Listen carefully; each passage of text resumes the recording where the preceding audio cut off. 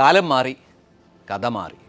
അച്ഛന് രോഗം വന്ന് ഐസിയുവിന് മുന്നിൽ നിൽക്കുന്ന മകനിൽ നിന്നും മകന് രോഗം വന്ന് ഐസിയുവിനകത്തും അച്ഛൻ ബൈസ്റ്റാൻഡറായിട്ട് പുറത്തും.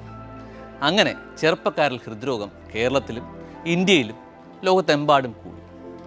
അപ്പോൾ ഇന്നിപ്പോൾ നമ്മൾ കൂടുതൽ ഹൃദ്രോഗികളെ കാണുന്നത് 20 വയസ്സ്, 30 വയസ്സ്, 40 വയസ്സ്. ചിലപ്പോൾ IT-യിൽ വർക്ക് ചെയ്യുന്ന ആളായിരിക്കാം ഹൃദയാഘാതവുമായിട്ട് വരും.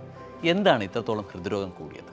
അമിതമായുള്ള ഭക്ഷണം, എക്സസൈസ് ഇല്ല, ഇരുന്ന് ജോലി ചെയ്യുന്നു. ഷുഗർ ഉണ്ടോ? നോക്കാറില്ല. വല്ലപ്പോഴും നോക്കിയാൽ നോർമൽ, എനിക്ക് ഷുഗർ ഇല്ല. കുടവേറ് കാണും, പുകവലി ചിലപ്പോൾ കാണും, BP നോക്കാറേ ഇല്ല. കൊളസ്ട്രോളോ വല്ലപ്പോഴും നോക്കിയിട്ടുണ്ടായിരിക്കാം, കുറച്ച് കൂടുതൽ. ഒരു മാസം നടക്കുകയൊക്കെ ചെയ്തു, വീണ്ടും നോക്കി കുറഞ്ഞു, ഇനി ഞാൻ നോക്കത്തില്ല, കുറഞ്ഞു.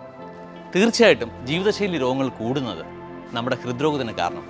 അതുകൊണ്ട് പ്രഷർ, ഷുഗർ, കൊളസ്ട്രോൾ തീർച്ചയായിട്ടും നോക്കുക. ഹൃദ്രോഗം ചികിത്സിക്കുക.